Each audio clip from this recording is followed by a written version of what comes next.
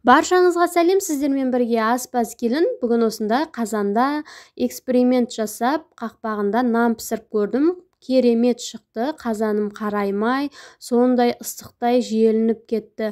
Сіздер де жасап, отбасыларыңызды қуантыңыздар және менің каналыма тіркеліп, өз үлестеріңізді қосып, комментарий қалдырып, лайк басып кетуді ұмытпаңыздар.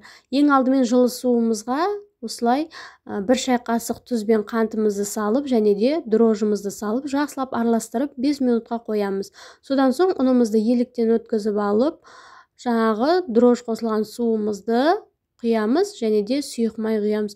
Жақсылап араластырып, осылай қатты қамыр елейтін боламыз.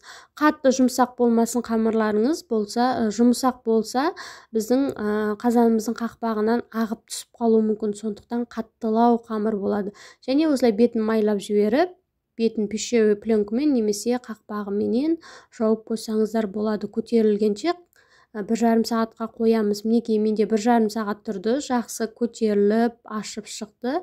Енді осы қамырымды 2 бөлікке бөліп аламын және оған дейін біздің қазанымызды дайындап қоямыз 10 минутқа қыздырып. Осылай кішкене пакет жауып, бетіне тағы да 5 минутқа тындырамыз. Енді қазандарымызды дайындап аламыз. Мінекей орташа отта осылай қазанымызды қоямыз. Содан соң тағы да кішкентай көзіне қақпағын қойып аламыз. Осындай көлемде болады. Енді қақпағымызды 10 минутқа қоямыз. Осылай тұз сеуіп аласыздар қазандарыңыздың ішіне қараймау үшін.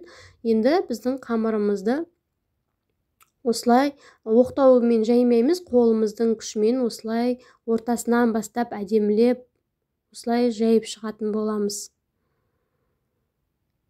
Қатты баспайсыздар, жай-жайдан өзі осылай ортасынан бастап жайсаңыздар, өзі икемге келіп, дөңгеленіп шығатын болады, әдемі болып.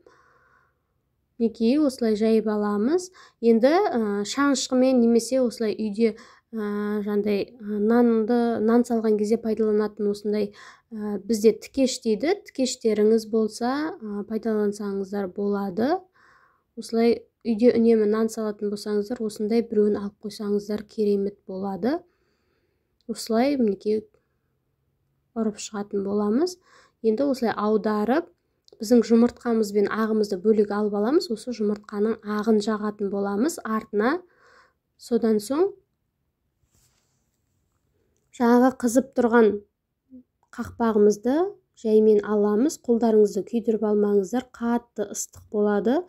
Жаймен жасасаңыздар болады. Енді осылай дөңгелетіп, кішкене қолдарымызбен көмегіменен жабыстырып жібереміз. Содан соң жаңағы сары уызын бетіне жағып, мак күнжіт сепсеңіздер болады.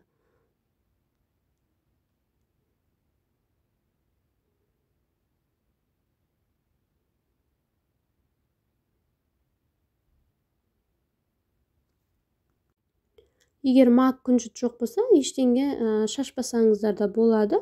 Осылай тек сары уызын жағып, пісіріп ала берсеңіздер де болады. Мінекей енді қазанымызға саламыз, бісміллә деп. Мінекей біздің нанымыз пісті, 15 минутта осындай қызарып, әдемі болып пісіп шықты. Иісі де күшті, кәдімгі тандыр нанның иісіндей әдемі шығып тұр. Енді біздің қазанымыздан осылай жайлап, қақпағынан жайлап, пышақтың көмегіменен қырып алып аламыз. Ондай қатты күштің керегі жоқ, өзі жайлап астын түртсеңіздер шығады.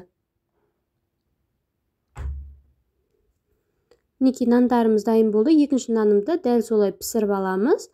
Осылай ауызашарға ыстықтай пісіріп берсеңіздер тез желініп кетеді. Видеоны соңына дейін қарағандарыңызға рахмет.